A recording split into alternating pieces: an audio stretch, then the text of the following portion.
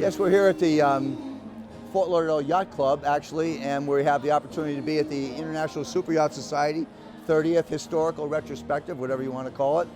And if there's anybody that fits into that scheme of things, it's the guy I'm sitting across from right now, and that's Michael Moore of Moore & Co. Now, you just said something about Tom Petty.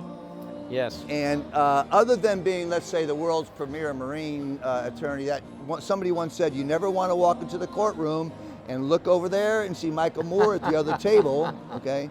You also fancy yourself as a guitarist, a git fiddleist, right?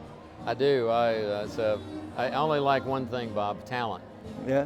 That's the problem. Well, I've seen you I've seen you performing at the last year's or 2 years ago Super Yacht Society and all that stuff. But you know, it's like a lot of things in life. When you, Yeah. I once jammed quote unquote, with the lead guitarist for Alan Jackson, and it's like, he's like up here, yeah. and you hear genius. I mean, you really do have a respect for these people that are. I once had a chance to go to dinner with Fritz DeVoe and John Vandenberg and all that stuff, and I just sat there. I didn't even say a word.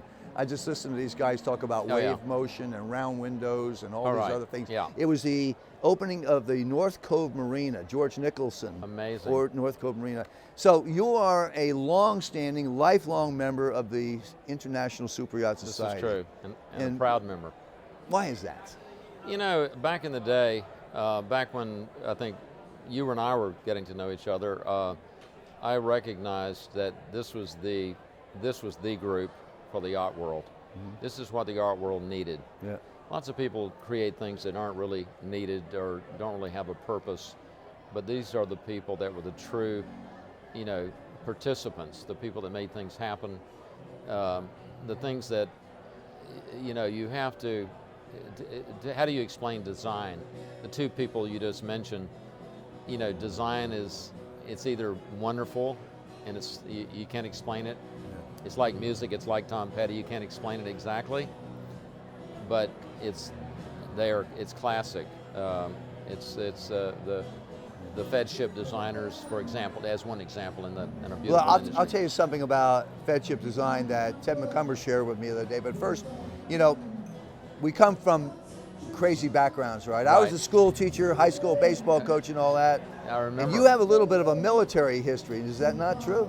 You know, look, I don't like the concept of stolen valor is not my deal. But you know, I was on active duty, but and I had a company of 4 platoons, and I'm proud to say that everybody in my company came out of it alive, and that was actually my objective. Yeah. Plus, you have a lot of Mideast experience, and those guys over there. And you know, it's true. I have my New York law firm, a firm called Burlingham Underwood and Lord, who I selected as the firm that I wanted to be a part of as a maritime lawyer. I wanted to be a maritime lawyer from day one. Yeah. They had represented the owners of the Titanic, but I wasn't with them at that time, by the way. But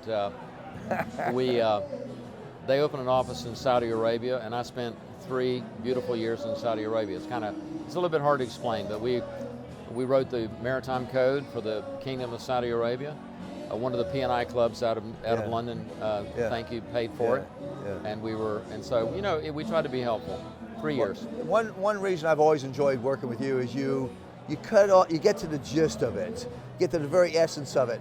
And I have in my archive somewhere, I know you love to take a cocktail napkin out, and when you hear the argument, you love to sketch out on that cocktail napkin who's this person, who's this company, where are they going, what's going on there, and all that kind of stuff. Yep. And I have one. I'll show it to you someday. I treasure. Outstanding. Yeah. Well, you know, Napoleon had a person that was referred to as Napoleon's idiot, and the idea is that if he could explain the battle plan, then the generals can understand it. And until the idiot could repeat it back to Napoleon wasn't happy. And so, I mean, I think that being a lawyer is actually, for the most part, a kind of a conduit. Yeah. We hire wonderful experts, but we do have to boil these cases down to kind of the essence. Yeah. In a very a world that's the yacht world, which is very complicated. Actually, it's not as simple as most. I might most people compliment you to say that I do that now with a cocktail napkin every day. Was it always law, Mike? Was that always your avocation? You know, I think that I had a bit of a catharsis after graduating and was on active duty, what I want to do with my life. But here's the thing, I was a waiter on Cape Cod, and I saw the maritime world and the history of America and whaling captains, and I thought it was amazingly wonderful. Commerce among nations, things that disappeared over the horizon.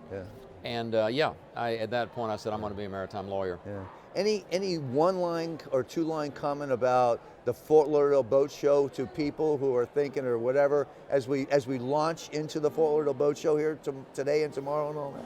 You know, it's absolutely certain and true that if you have the means on this earth, if you want to enjoy your leisure time, there's nothing like yachting.